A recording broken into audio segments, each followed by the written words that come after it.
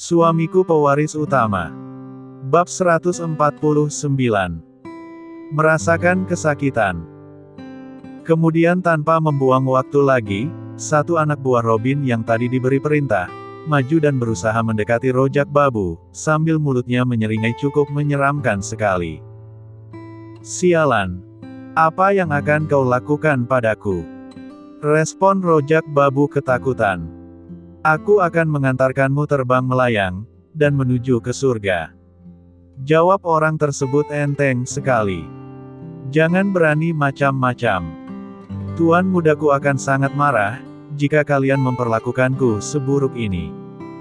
Ucapnya penuh ancaman. "Tenang saja. Justru dia akan sangat berterima kasih sekali, jika sampah sepertimu mati di tangan mulia kami." Jawab pengawal tersebut enteng, sambil menyeringai cukup menyeramkan sekali. "Kurang ajar. Kalian iblis yang lebih jahat daripada iblis." Ucapnya marah dan tak sadar diri dengan ucapannya tersebut. "Siapa yang iblis, kau atau kami? Seenaknya mengambil hak orang lain, untuk memperkaya diri sendiri. Apakah kau tidak sadar, bahwa perbuatanmu itu telah menyusahkan orang lain?" Tanya Randi, si pengawal tersebut sangat menohok sekali. "Menyusahkan katamu? Apa dia tidak berpikir ketika merampas seluruh harta kekayaan Tuan Besar Jack yang telah kalian bunuh itu?" Bantah rojak babu berapi-api. "Jack? Apa orang yang kau panggil Jack itu adalah Jack Napoleon, si orang Perancis tersebut?" Ucap Robin penasaran. "Ya, dialah orangnya," jawab rojak babu berterus terang. "Lalu apa hubungannya kau dengan Jack Napoleon itu?" Tanya Robin semakin penasaran. "Dia bosku. Orang tua dari tuan muda kami sekarang ini," jawab rojak babu berterus terang. "Menarik.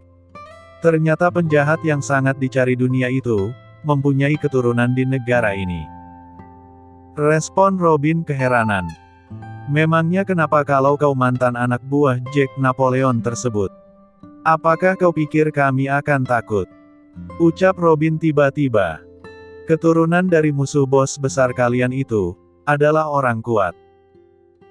Dia selalu menjuarai turnamen bela diri dunia, dan belum pernah terkalahkan sampai dia mengundurkan diri, dan memutuskan pindah ke negara ini, serta membangun usaha yang bakal menyaingi Birawa Group. Dengan kekuatannya, kalian ini tidak ada apa-apanya. Cuma dianggap sampah di mata tuan muda kami." Jawab rojak babu membanggakan tuannya tersebut. "Benarkah?" Respon Bumi geram, dan sudah sangat muak sekali. Kemudian maju mendekati rojak babu yang masih terduduk di tanah itu, dan melakukan sesuatu yang tidak pantas untuk dilihat. "Jelep! Ak!" teriak rojak babu kesakitan, tatkala tangan sebelah kirinya habisi oleh Komandan Bumi, lalu disambung lagi dengan sebuah tusukan cukup dalam di paha kaki sebelah kanannya. Teriakannya semakin kuat terdengar di seantero lokasi tersebut, tapi cepat dibungkam dengan sebuah totokan di sekitar leher, hingga suaranya tidak terdengar lagi. Bukan hanya itu saja. Ahli totok saraf yang dibawa oleh Robin, juga menotok sekitar pangkal lengan bagian bawah rojak babu. Seketika cairan merah yang mengalir cukup deras di pangkal lengan rojak babu terhenti, dan hanya menyisakan rasa ngilu di bekas itu. Tapi tak lama kemudian, orang tersebut kembali menotok leher dan lengan kiri rojak babu. Maka segera setelah itu, terdengar raungan kesakitan yang sangat memilukan sekali bagi yang mendengarnya di subuh hari menjelang pagi itu. "Ark! Ark!" teriak rojak babu sekuat-kuatnya. Tak sanggup menahan derita. Tubuh rojak babu berguling-guling di tanah, sambil merasakan sakit yang sangat luar biasa sekali. Rojak 3 dan 2 temannya, yang saat itu berada persis di samping rojak babu menjadi ketakutan. Tubuhnya menggigil, matanya nanar, dan jantungnya berdetak sangat kencang, ketika melihat bagaimana sadisnya orang tersebut memperlakukan bos besar mereka sedemikian rupa. Mau melawan tentu saja dia tidak mampu, apalagi mau menyerang orang tersebut. Yang bisa dia lakukan adalah diam, sambil merasakan ngilu di tangan kanannya yang sudah buntung sebelah tersebut. Sementara itu, puluhan anak buah rojak babu yang melihat bosnya diperlakukan semena-mena, menjadi sangat geram sekali. Tapi mereka tidak berani menampakkannya selain di dalam hati. Bagaimana rojak babu? Apakah hadiah yang kami berikan berkenan di hatimu? Tanya pengawal tersebut sambil mulutnya menyeringai bengis. Sialan, sialan, setan, iblis, brengsek kalian. Jawab rojak babu penuh dengan kemarahan dan makian, sambil terus menggeliat di tanah itu. Buk, bam.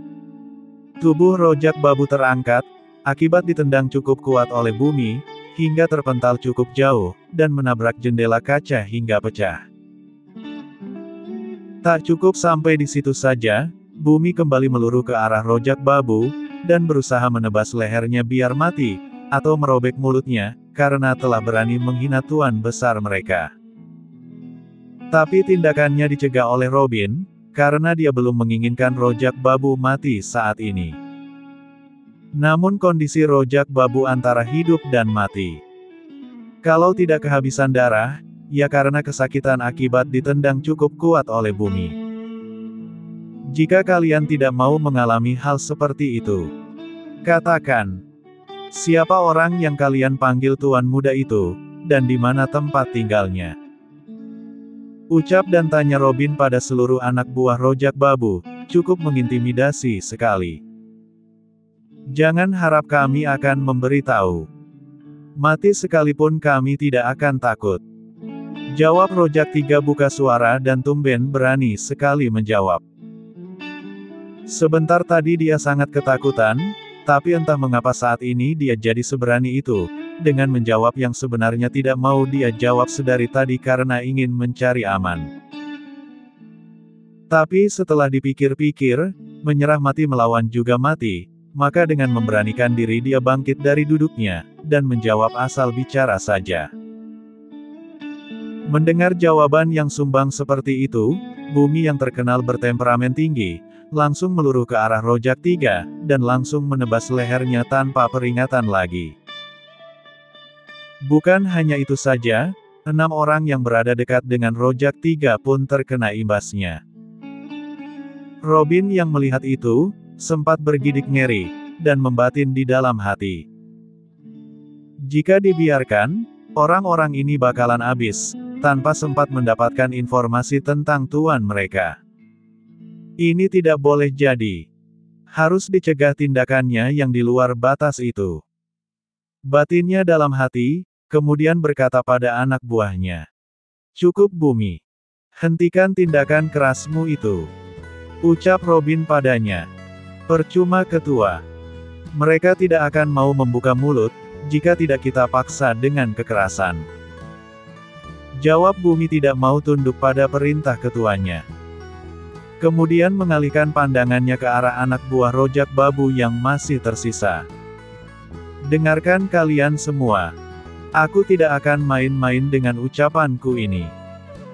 Jika kalian tetap bersikeras melindungi keberadaan tuan kalian itu, maka saat ini juga aku akan memutus mata rantai keturunan kalian di masa yang akan datang. Ucapnya penuh ancaman. Kemudian menyeret katananya di tanah, dan berlagak seolah-olah ingin menyabetkannya katananya pada seorang dari mereka. Tindakan bumi yang tidak kenal perasaan itu, tentu saja membuat orang-orang yang sedang duduk di tanah menjadi ketakutan. Salah seorang dari mereka berteriak keras dengan berkata, "Hentikan! Aku akan mengatakan siapa tuan kami, dan di mana dia tinggal." Ujarnya. "Pintar. Ternyata kau sayang juga dengan senjatamu itu ya." Respon bumi senang tapi penuh misteri. Dia tinggal di daerah pantai. Tapi rumahnya tergolong rumah mewah, karena dijaga selama 24 jam non-stop, oleh 1000 orang lebih pasukan bersenjata. Tidak sembarang orang bisa masuk ke sana. Ucap orang tersebut berterus terang. Lokasi tepatnya. Sambut Bumi tidak sabaran. Daerah utara kota J. Rumah bercat putih, lantai 3, dan yang paling besar sekali, itulah rumahnya. Jawabnya lagi. Bob, kau ini bodoh atau apa? Yang aku butuhkan nama tuan busukmu itu.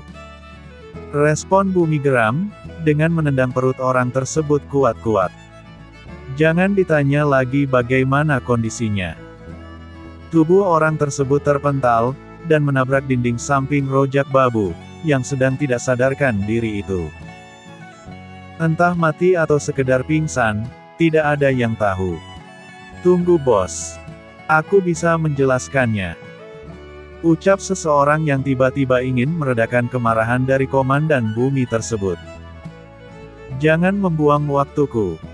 Sebutkan saja apa yang kami tanyakan tadi. Jawab Bumi dengan ekspresi marah.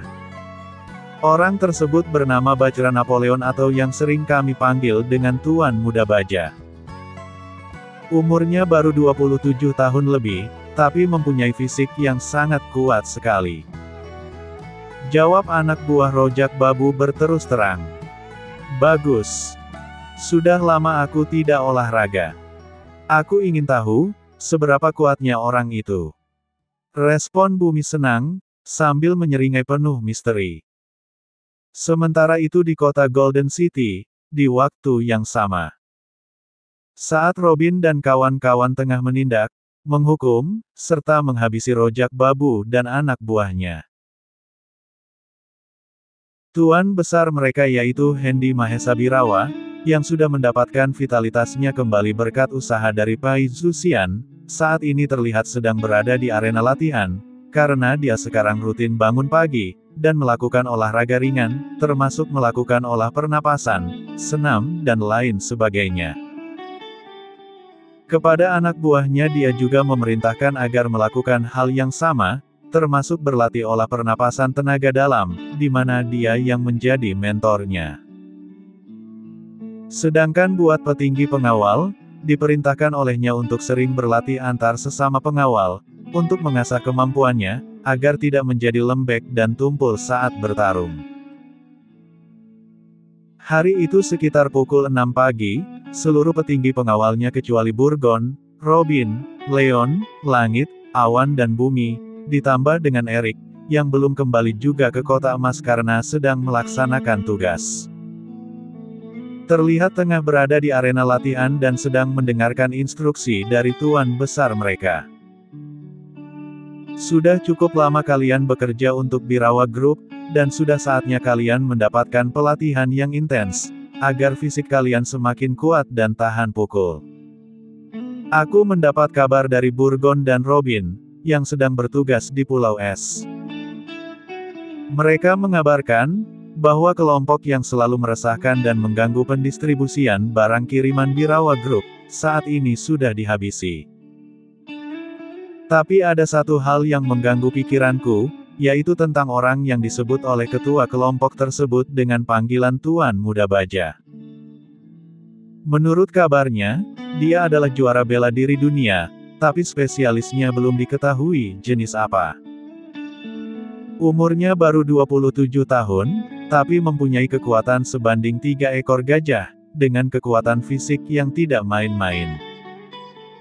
Selain itu, dia dikelilingi oleh ribuan orang-orang yang kuat juga bersenjata seperti kita.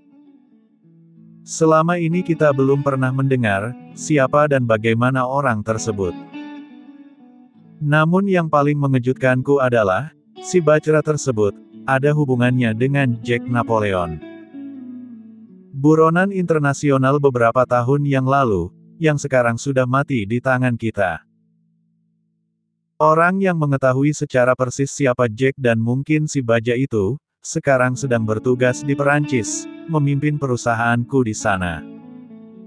Dia adalah Pierre Ramina, asli orang Paris, Perancis. Jadi menurut kalian, apakah sebaiknya kita suruh Pierre itu kembali ke sini, dan menumpas si Tuan Muda Baja tersebut? Ucap dan tanya Hendy pada anak buahnya agar memberikan 2 usul. Maaf Tuan Besar jika saya menyela. Ucap Adiwilaga datang ingin memberi usul, dengan wajah penuh ketidaksenangan. Silakan Paman Adi. Utarakan apa yang ada di hati Paman saat ini. Jawab Hendy cukup ramah, tapi timbul tanda tanya besar di hatinya. Menurutku, Tuan tidak perlu menyuruh Saudara Pierre untuk kembali ke negara ini. Di hadapan Tuan saat ini, termasuk saya, jika Tuan menghendaki. Kami sanggup menumpas orang yang bernama Baja tersebut, tanpa perlu menyuruh Pierre untuk kembali. Ucap Adiwilaga berapi-api. Itu aku tahu Paman, dan sedikitpun aku tidak meragukan kekuatan kalian. Cuma masalahnya, orang tersebut tinggal di areal yang penjagaannya sangat ketat sekali. Jika kita menyerang mereka, apalagi menghabisi semuanya akan banyak kelompok yang tidak senang, dan menuduh kita sebagai penjahat. Lagi pula kita tidak mempunyai akses untuk pergi ke sana. Jawab Hendy berterus terang. Kalau boleh tahu, di mana orang tersebut tinggal Tuan Besar? Tanya Abicandra ingin tahu. Menurut informasi dari orang-orang kita, dia tinggal di perumahan elit tepi pantai kota J, tapi tidak tahu sejak kapan dia tinggal di sana. Jawab Hendy apa adanya. Pantai Utara. Gumam Abicandra lirih. Apakah Paman pernah pergi ke sana, dan memasuki wilayah itu? Tanya Hendy penasaran. Bukan pernah lagi Tuan Besar. Tapi saya pernah tinggal di sana, menjadi pelindung sebuah keluarga asing, yang berasal dari negara Eropa. Jawab Abicandra berterus terang. Kalau begitu Paman pasti tahu seluk-beluk tentang wilayah itu. Apakah benar penjagaannya sangat ketat sekali, dan tidak sembarang orang boleh memasukinya? Tanya Hendy mulai semangat. Benar sekali Tuan Besar. Hanya orang-orang yang tinggal di sana yang mempunyai akses untuk memasuki wilayah tersebut. Tempat itu merupakan wilayah kekuasaan mereka. Hanya orang-orang penting yang bisa masuk dan diterima di sana.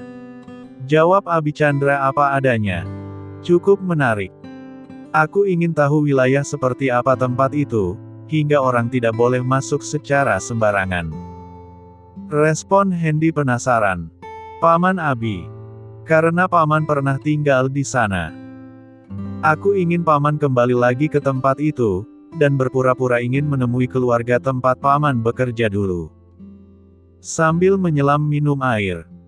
Cari tahu informasi tentang si Bajra atau Baja tersebut, dan pelajari kebiasaannya sehari-hari. Jangan lupa cari juga informasi, kapan dia keluar dan kembali ke tempat itu setiap harinya, ucap Hendy memberi perintah. Siap Tuan Besar. Jawab Abicandra tegas. Paman Taraka. Karena Burgon muridmu masih cuti. Aku tugaskan Paman agar mendampingi Dewa Metafisika, untuk mendapatkan informasi tentang si Bajra tersebut. Paman Adi dan Senior Iron. Mulai sekarang, latih anak buahmu setiap hari selama 1 bulan penuh. Aku ingin mereka semakin kuat, dan tidak mudah dirobohkan oleh lawan. Ucap Hendy lagi pada mereka. Baik Tuan Besar. Jawab ketiganya serempak. Sekarang kalian boleh bubar. Dan kerjakan tugas kalian masing-masing. Sambut Hendy tegas. Baik. Jawab anak buahnya patuh, kemudian meminta izin untuk meninggalkan tempat tersebut, guna menjalankan kewajibannya seperti biasa. Sepeninggal mereka, Hendy mengambil nafas dalam-dalam, kemudian menghembuskannya lagi. Saat itu jam sudah menunjukkan pukul jam 6.30 pagi. Sudah saatnya bagi Hendy untuk membersihkan diri, sarapan dan lain sebagainya. Tapi belum juga dia bangkit dari tempat duduknya, setelah cukup lama berdiri memberi pengarahan pada petinggi Birawa Group, tanpa disangka oleh Hendy, Ivory dan Tuan Birawa datang menghampirinya. Salam kakek. Ucap Hendy sopan sambil mencium tangan kakeknya, dan dibalas dengan senyuman oleh Tuan Birawa. Kemudian berjalan mendekati istrinya, guna menyuruh Ivory agar duduk di sebelahnya. Setelah semuanya duduk, Tuan Birawa sekilas memperhatikan wajah Hendy, dan mendapati ada sesuatu yang lain di wajah cucunya tersebut. Karena penasaran dengan apa yang dilihatnya, Tuan Birawa memutuskan untuk bertanya pada Hendy dengan berkata, "Wajahmu terlihat sangat tegang dan lelah sekali. Sebenarnya apa yang terjadi cucuku?" Tanya Tuan Birawa penasaran. "Tidak ada apa-apa kek. Hanya kelelahan latihan saja." Jawab Hendy mencoba berbohong, padahal malam tadi lelahnya itu dikarenakan habis bertempur melawan Ivory. "Kau jangan membohongi kakek cucuku. Kakek tahu jika wajahmu sudah tegang begitu, berarti ada sesuatu yang sangat mengganggu pikiranmu." Ucap Tuan Birawa tidak terima. "Sebenarnya begini kek," sambung Hendy mengalah, dan tidak enak hati, kalau membohongi kakeknya sendiri. Kemudian menceritakan apa yang sebenarnya terjadi dari awal sampai akhir. "Begitulah ceritanya kek. Dan hal itu juga yang membuat pikiranku menjadi tidak tenang." Ucap Hendy mengakhiri ceritanya. "Jika itu adanya, kakek juga tidak bisa berbuat apa-apa. Setahu kakek, tempat itu dari dulu sampai sekarang, merupakan daerah kekuasaan orang-orang kuat dan kaya. Hanya orang-orang tertentu saja yang bisa masuk, dan diterima oleh mereka." Respon Tuan Birawa apa adanya, dengan pikiran melayang ke masa lalu. Mendengar cerita itu, Hendy jadi penasaran kek. Dan ingin menjajal kekuatan orang tersebut. Ucap Hendy bersemangat. Hitung-hitung sebagai olahraga, dan untuk mengetahui sudah sampai di mana kekuatan Hendy atau para pengawal kita. Ucapnya lagi semakin bersemangat. Menurut kakek itu tidak perlu. Serahkan saja masalah tersebut pada pengawal kita. Kakek yakin mereka mampu mengatasi orang seperti itu. Jawab Tuan Birawa menyangkal perkataan dari cucunya tersebut. "Tapi jika kau memang penasaran dengan si Bajra itu, usahakanlah memasuki wilayah tersebut dengan menggunakan kekayaanmu. Pergi ke sana dengan menggunakan puluhan, bahkan jika perlu membawa ratusan mobil-mobil mewah, dan ratusan pengawal elit pilihan termasuk para petinggi pengawal Birawa Group kita." Ucap Tuan Birawa memberi usul. "Apakah Hendy boleh melakukannya kek?" Tanya Hendy kembali semangat. "Tentu saja boleh. Kan sudah kakek katakan, bahwa orang yang bisa masuk ke sana, adalah orang dengan kategori kuat, berkuasa dan mempunyai kekayaan yang melimpah. Itu semua sudah ada padamu. Jadi apalagi yang kau pikirkan?" Jawab Tuan Birawa menguatkan. Tapi Hendy sudah mengutus Paman Abicandra, untuk datang ke sana, dengan beberapa orang intelijen terbaik kita.